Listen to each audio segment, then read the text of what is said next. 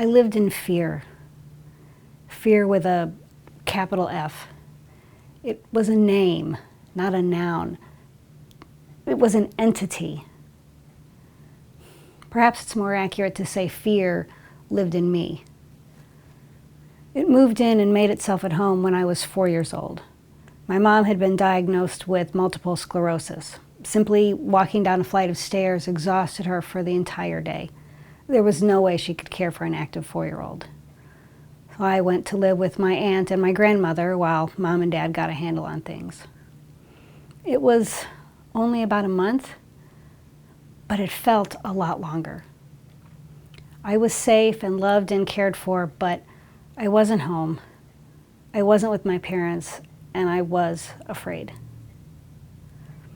It didn't help that I was supposed to start pre-kindergarten at that time.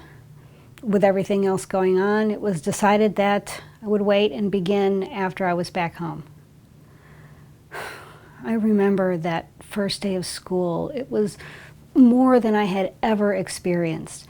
Bright fluorescent lights and stark white floors and tables and toys and chalkboards and the noise of so many kids, and I didn't know any of them. They all knew what they were doing, what was coming next, what was expected of them, and I feared I would never catch on or catch up. That day, fear of abandonment, got a roommate. As the years went on, those fears invited others to move in.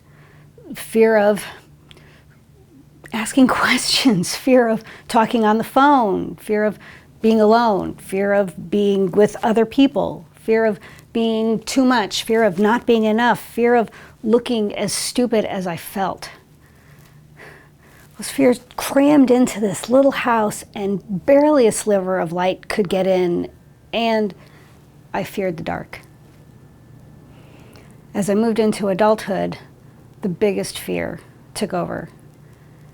Fear of what people thought. The vast majority of my time and energy were controlled by that fear. I worked so hard to make people think what I wanted them to when I wanted them to.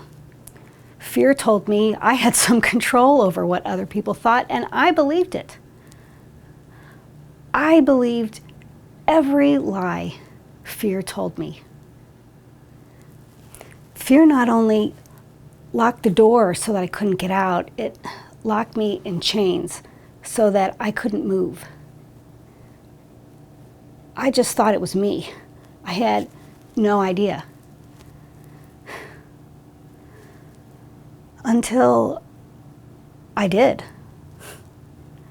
Slowly, imperceptibly, I had begun to learn and believe the truth with a capital T of who I am. Loved, clean and new, healed.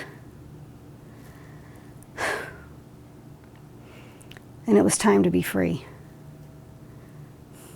The truth gradually strengthened me and transformed my mind, my heart, and my spirit until one day a verse I'd read hundreds of times exploded light into every dark corner inside of me. 2 Timothy 1:7. God has not given us a spirit of fear, but of power, love, and a sound mind. Power, love, a sound mind. The truth is, I have power over fear.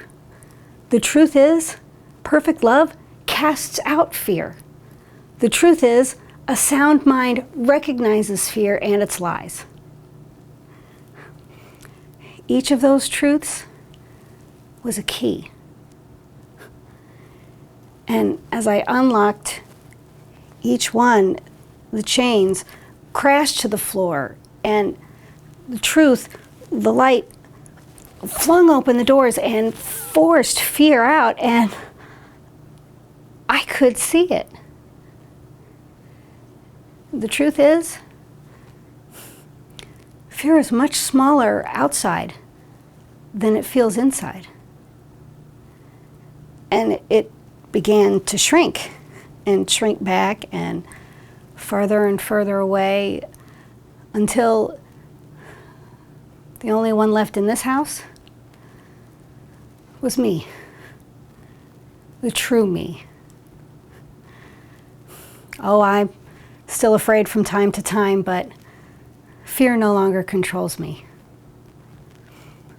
I guess you could say I live fearless, with a capital F and a capital L. And that is how I live now.